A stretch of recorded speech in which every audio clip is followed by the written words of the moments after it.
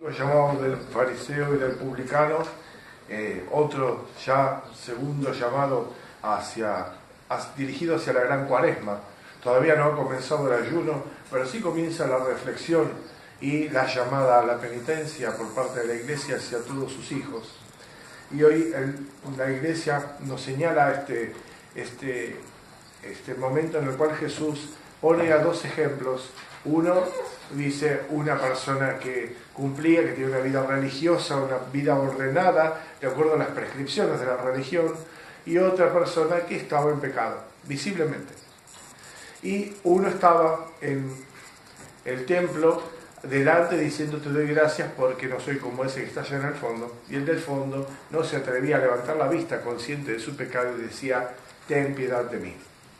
Les aseguro que el primero volvió a la casa todavía con sus pecados pegados a él, y el del fondo se fue limpio de pecado. En primer lugar, estar adelante o estar atrás no nos hace ni mejores ni peores, sino lo que hacemos con ese lugar. A veces, justamente ese obstáculo de tomar la religión como un modo de mantenerse a distancia de Dios, de manejarlo, de reducirlo, de domesticarlo, de que el Señor obedezca nuestras ideas. Tiene una manera más extrema en la persona que, porque Dios y la Iglesia no coinciden con sus ideas, se hace su propio camino. Es decir, es de la misma especie de pecado, solamente que en una distinta parte de la historia. Porque a la larga, el mismo pecado al que nos aferramos y que nos lleva a usar la religión para que Dios nos obedezca: Señor, yo hago esto por vos, quiero que hagas esto, aquello y lo otro. No es eso la voluntad de Dios, es buscar que Dios haga la voluntad mía. Cuando las cosas no van como queremos, esa misma soberbia termina echándonos fuera de la Iglesia. ¿Por qué? Porque la Iglesia no coincide con nuestras iluminadísimas ideas. Porque a mí no me parece que las cosas sean así, porque yo tengo otra opinión. No entendimos nada. Al maestro se lo sigue o se lo rechaza. Al maestro se lo sigue, se cree en él, uno se pone por debajo de Cristo, o no se cree en él. No hay una posibilidad, opción VIP de estar por encima de Cristo y de seguirlo. No existe. El que no junta conmigo desparrama, dice el Señor. No hay una posición neutra. Y aquí apunta Dios a este obstáculo que tenemos que remover todos de nuestro corazón para quitar de nosotros esa tentación de querer reducir a Dios a nuestros términos y no de encontrarnos con Él en sus términos, lo cual muchas veces computamos como una humillación vergonzosa, pero no, es la liberación de nuestro orgullo, de nuestra soberbia, de nuestras ideas, de nuestro prestigio, de nuestro currículum, de nuestra posición, de nuestras ganas. Si no seguimos la voluntad de Dios, nos vamos a perder. Y Dios nos lo dice, Cristo nos lo explica, la Iglesia lo enseña y lo repite, y nosotros miramos para otro lado y pensamos que le habla al que está en el fondo, no a nosotros. El que está en el fondo puede estar adelante, pero la actitud es completamente distinta. No está mirando qué es lo que hace su hermano, qué es lo que deja de hacer su hermano, en qué posición, en qué ranking se encuentra con respecto a los demás pecadores, si lo suyo es mejor, no menos peor, sino que acepta llanamente las condiciones de Dios. Somos pecadores. No tengo nada que presentar, no tengo nada con qué comprar tu favor. Dependo de tu favor. Me entrego. No soy nadie, no soy nada, solo espero en tu misericordia. Es lo mismo si somos publicanos al servicio del Imperio Romano o si somos fariseos cumplidores, porque la posibilidad está para todos. A veces tenemos la idea equivocada que cumplir con las cosas de la religión nos aleja de Dios, entonces busquemos una espiritualidad más libre.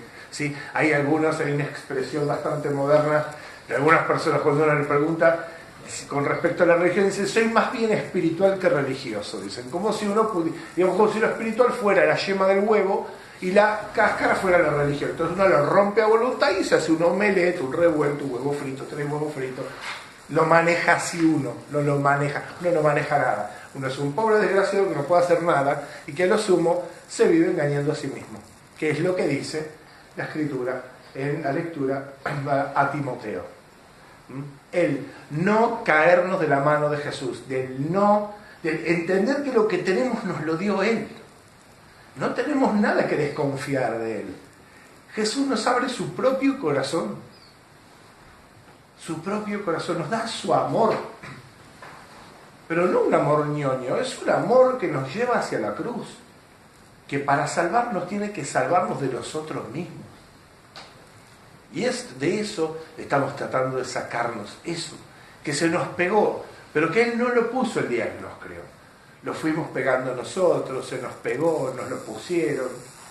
Tenemos que quitar ese obstáculo que no es ni la religión, ni siquiera el pecado. Es la falta de arrepentimiento. Es la falta de humildad de reconocer que necesitamos de Él. Y que la vida consiste en necesitar de Él.